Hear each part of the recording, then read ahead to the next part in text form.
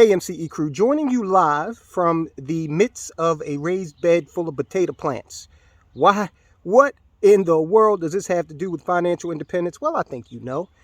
Listen, the people in Davos, they've got a plan for us. They just met a couple of weeks ago and threw out all of these grandiose plans to steal our independence, economic and otherwise, make us more dependent.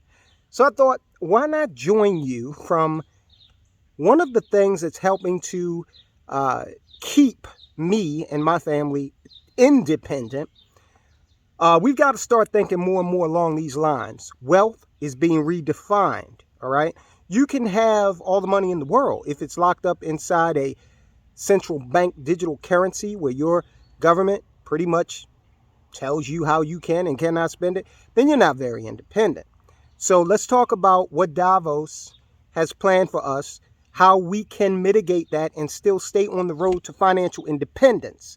Now that means making money, putting together multiple streams of income and still maintaining our sovereignty, our independence, without having to succumb to what a government may demand we do or do not do. All right, let's get into it.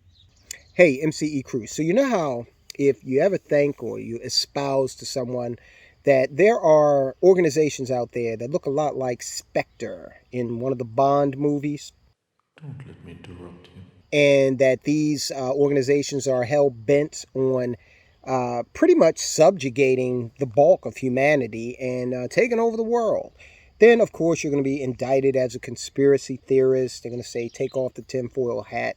So today I thought what we need to do is we need to look at what these organizations are saying, what the World Economic Forum is saying at their meeting that they just had in Davos, what the International Monetary Fund is saying about how they view the future and how they want to reshape it. Now, this readjustment, this realignment of the global landscape specifically focuses on the economy and control of individuals. So here's what they want.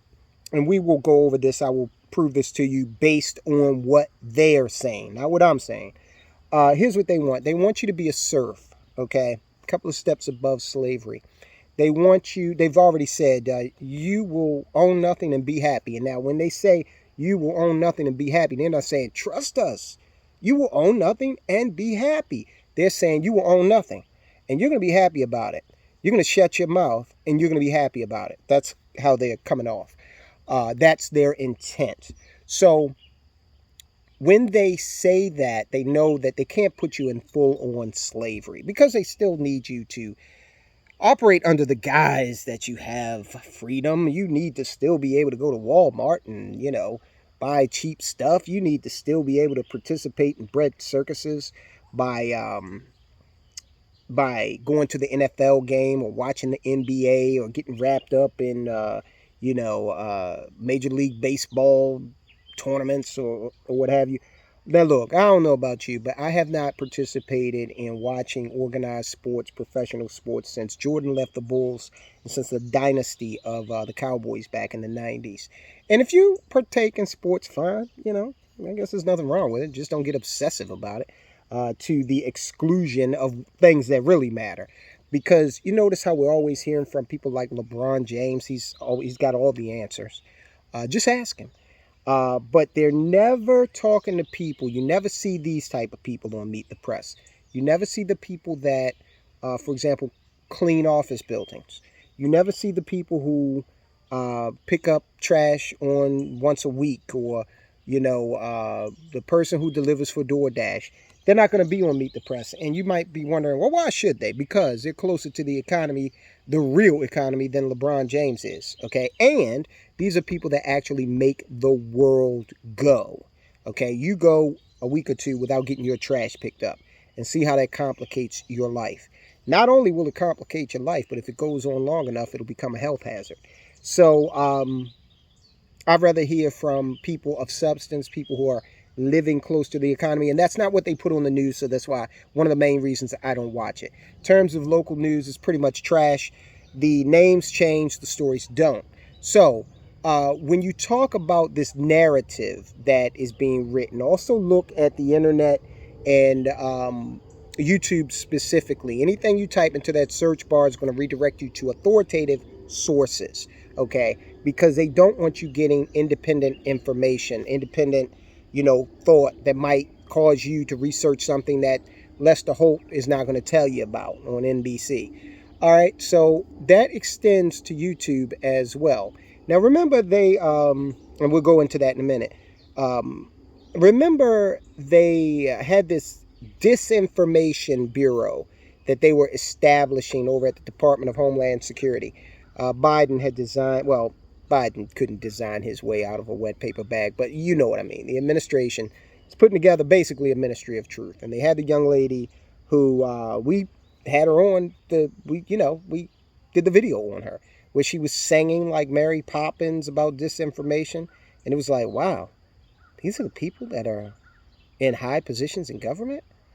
But let me tell you what, they dismissed her. She's not going to be doing that job. But let me tell you who is going to be doing it.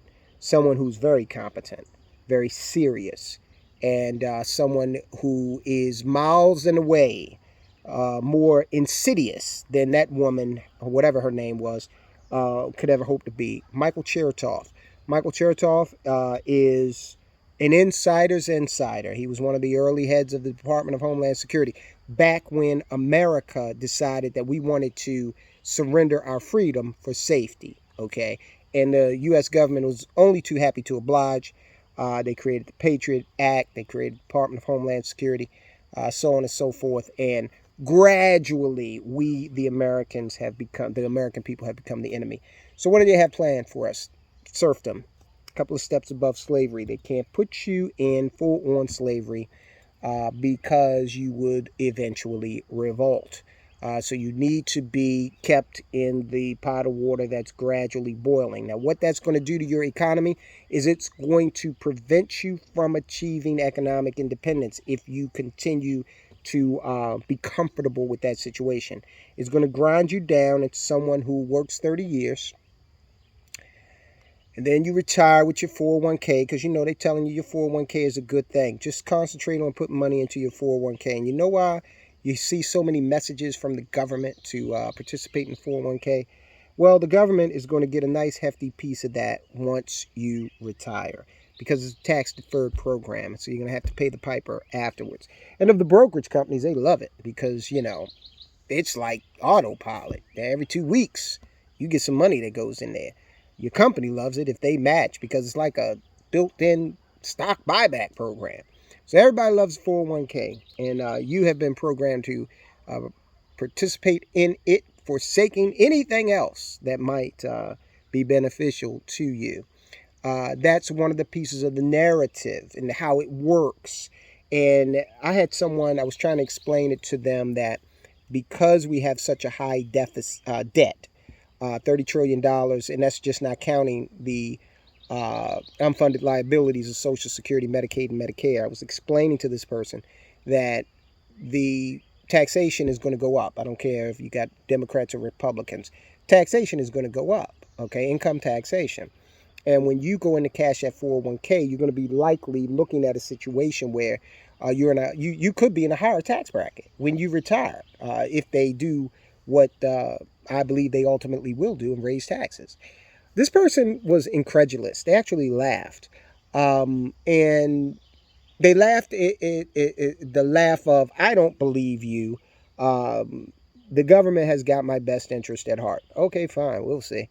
YouTube CEO reassures Davos elite that they will continue to control the narrative. Now, Davos is where the World Economic Forum meets. I believe they meet like once a year. And they have all of these people embedded throughout society. Our governor went, okay? Our governor wants to be president, too. So watch out. His name's Larry Hogan. Make sure you do not vote for this guy. He's a Republican in name only. And he was a very weak governor. And the guy's craven also, okay? So very disgustingly ambitious. Watch out. You might hear his name. I think he's going to get crushed well before the primaries get going, but stranger things have happened. So anyway, YouTube CEO Susan Wojcicki, I believe that's how you pronounce her name, has basically said that they're going to make the terms of service pretty much malleable to fit any situation. Okay, so what you think might be acceptable on YouTube on a Tuesday might not be acceptable on a Thursday, so says YouTube. They're going to do that because they want to be more in line with the World Economic Forum in controlling narratives. Okay, so the World Economic Forum says, so it sounds like bury, to the extent that you can, things that are not credible sources and don't recommend.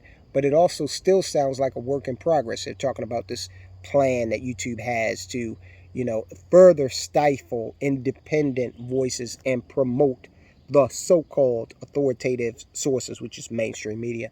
Now, the CEO of YouTube, she basically responded to this by saying, I think there will always be work that we have to do because there will always be incentives for people to be creating misinformation. Misinformation is anything she doesn't agree with.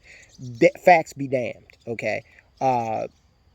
So, you don't have a chance of appealing or appealing to, you would think, YouTube or Google's sense of freedom of speech or even recognition of facts.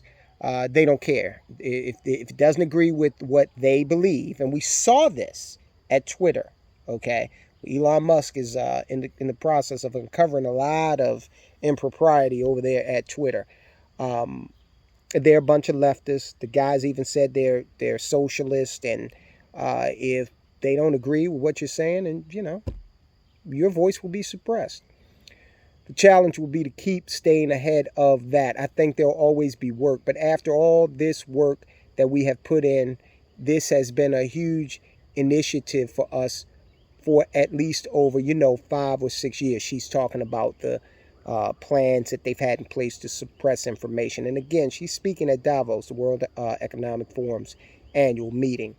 I would challenge you, if you go and you look and you do a search or you look at your home page in terms of what you're seeing when it comes to sensitive topics, you're going to see them coming from more authoritative sources. So see, you don't matter, okay? Doesn't matter how much you've studied history. Doesn't matter what you know about the economy. This is another reason why this channel will not, I'm so appreciative for everybody on this channel, but I got into YouTube kind of late in the game, and things that I say, trust me, that algorithm is pushing that down, and I recognize that. I'm doing this channel more so for a monument, a repository of information for those who may stumble across it, and to basically get my voice out in some way, to immortalize it, basically. But beyond the suppression of alternative media sources with inconvenient facts, Wojcicki noted that the terms of service for YouTube would adapt to events, despite the fact that YouTube still allows Russian news to operate on the site. The narrative could be molded, suggesting that criticism of Ukraine could now be considered a violation. Of course it is. Now, there'll be violations and then there'll be violations. They'll just quash you, push you down in the search results, and nobody will ever hear from you. That'll probably be a much more convenient way of them dealing with this, as opposed to having you appeal and go through all that. So, and let me bring you back. This is why we're talking about this, because you're not going to be getting information about finances the way that in any way that would be contrary to official narratives. Go back to what we were just talking about with the 401k. Now, so that's YouTube. These are the kind of people that speak at the Davos meeting for the World Economic Forum. We got another one here. Okay, again, I want to lay out what happens when these people meet and they start to project how they want to see the world. Davos Oligarch pitches individual carbon footprint. Now, mind you, most of the people that attended this, they got over there on private jets. I mean, these are the biggest ballers. These make rap videos look like child's play. These guys are on top of the world, literally. Private jets, private helicopters, fleets of vehicles. But you are going to have a personal carbon footprint. Know what's even more fun than eating bugs and owning nothing? Tracking your personal carbon footprint. That's right, according to J. Michael Evans, president of the Alibaba Group, not to be confused with Jack Ma's Alibaba, a new social compliance platform tested in Chinese cities. Might be the wave of the future. Tested in that bastion of freedom and democracy, China. Want to learn about Alibaba's carbon tracking tech? They summarized it in a March blog post in which it's described as a platform to encourage people to adopt low carbon behaviors and be environmentally accountable. The trick is to develop a model that translates individual activities into carbon credits. So this will be like the Protestant Reformation, where everybody will have to build up a certain amount of credits. The rich will be able to do it by just, planting 1,000 trees over here. But it's going to look a little different from you. We'll get into that in a minute. The system was tested out on residents of Zhenghua Shaiju, located in the southern city of Shenzhen.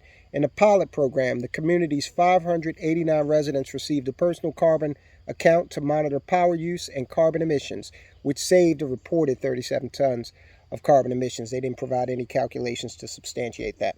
Just trust us, okay? According to Xiao Li from Alibaba Cloud, we've been trying to combine behavioral science with technology to change people's perceptions and make low carbon fashionable. Fashionable for us, okay? But he can still fly around in his private jet. Doesn't matter. So that's one way that, think about this. A few years ago, they came around, our electrical provider, and they wanted to put this device on thermostats that will allow the provider to control the temperature of your home, they said, at peak times. So what ended up happening is the people that opted for this, they actually, a couple of days hit that were like 100-degree days and 90% humidity. And so what happened? People like me, who do not like to be controlled, I didn't have this system. So I cranked my AC up. And others like me did the same. So the folks that had abdicated their control over to the gas and electric company shut them down at like noon, okay, to like 6 o'clock. And people were calling up, complaining, and I was laughing. But this is what they want. This is the kind of control that they're seeking with regard to this carbon footprint tracking mechanism. Again, this gentleman spoke at Davos. This is not conspiracy theory. This is the World Economic Forum. J. Michael Evans has said this, just like Susan Wojcicki over at YouTube. She said what she had to say at Davos. Now, if we come and look at another non-governmental organization, this one is the, this is still the World Economic Forum. For some reason, I thought it was the International Monetary Fund, but it fits. It's the World Economic Forum. And let's go through a few of the top 10 creepiest, most dystopian things pushed by the World Economic Forum. Penetrating governments. Now, Klaus Schwab, the head of the World Economic Forum, he's famous for saying, look, I got people everywhere, okay? We got them over here in this government. We got them in that government. You're not voting for them because they're not elected officials. They're buried deep within the bureaucracy. They don't get the 8-year term limit that a president gets, okay? They're there for 30, maybe like Dr. Fauci, 40 years, okay? So, yeah, you can make your little legislative moves and whatnot, but legislation is one thing, interpretation of it is quite another, and the bureaucracy does that. So, old Klaus said way back in 2017, what we are very proud of is that we penetrate, this is his words, the global cabinets of countries with our World Economic Forum Young Leaders program.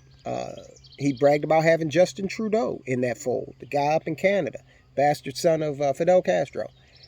This has been decades in the making, and finally they have put puppets in place to strike. Another thing that Davos is pretty high on is praising the lockdowns. They're very authoritative in their approach. And anything that's authoritative is antithetical to your financial independence. In 2020 and 2021, cities around the world were subjected to massive and drastic lockdowns, causing job losses, suicides, drug overdoses, isolation, mental health issues, domestic abuse, bankruptcies, and homelessness. During this horrific period, children could not attend school for months and were essentially barred from interacting with other children. A slew of small and medium businesses were destroyed while large corporations, they thrived. Despite all of this, the World Economic Forum could not hide its love for drastic, life-destroying lockdowns. In fact, it released a video surrealistically called "Lockdowns Are Quietly Improving Cities Around the World." Here's the piece in complete insanity. I'll link to it so you can watch it yourself. So they are, again, very authoritarian. And consider this, those lockdowns, that helped the World Economic Forum advance its agenda. A lot of people had never heard of them until 2020, when Klaus Schwab came out and started talking about the Great Reset shortly before all the lockdowns started to take place. They have a vision of the future that they want implemented, and like I said just a moment ago, they got people in place to help them achieve it. So, we always talk about a solution. What do? Well, you got to continue to buy assets. You look at these people and you do what they do in terms of investment. Now, I'm not buying into this, you will own nothing and be happy. No, I'm not going to be a slave. I will own. I will own real estate. I will own other hard assets. I will own a business. Okay. Now, I do know that the structure of the economy is changing such that we have to be much more self-sufficient than we've ever been before. So I didn't like the idea of paying off your house, and I still don't. I like to have that money working for me, okay? Because the return I can get is going to be more than the interest I pay on the mortgage. But you do need to be ready to make that move if need be. You need to be ready to wholly own your home, with the exception of property taxes, if the need arises, okay? Because at the end of the day, you got to eat and you got to have shelter. So these banks out here that you have mortgages with, I don't know how they're going to make it through this next chapter of the global economy. One last thing I want to say, and this is in that top 10. Again, I'll link to it. It's number 4, recalibrating freedom of speech. An easy way to identify world leaders who are groomed by the World Economic Forum is through their incessant railing against free speech. You're seeing how they come out against Elon Musk really hard. Now, this guy owns the largest electric car manufacturer in the world. You would think that he would be the darling of the World Economic Forum and the left in general, but he's not. And the reason why is because he's an independent thinker. He doesn't toe the line. God bless him, because these people, they play for keeps. They absolutely hate it, free speech that is, and they are constantly calling for the internet to be censored and highly regulated. At a 2022 Davos meeting, Australian e-safety commissioner Julie Inman Grant stated that we need a recalibration of free speech. Let me tell you what's so insidious about that. You got to think it before you speak it. So this woman is saying, again, anything contrary to our narrative, we don't want to hear it. And you got to ask yourself, lady, who the hell are you?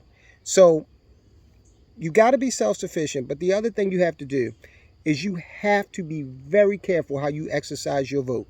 Now, in this country, America, I do believe that the vote we cast for president doesn't really make a lot of difference for a lot of reasons.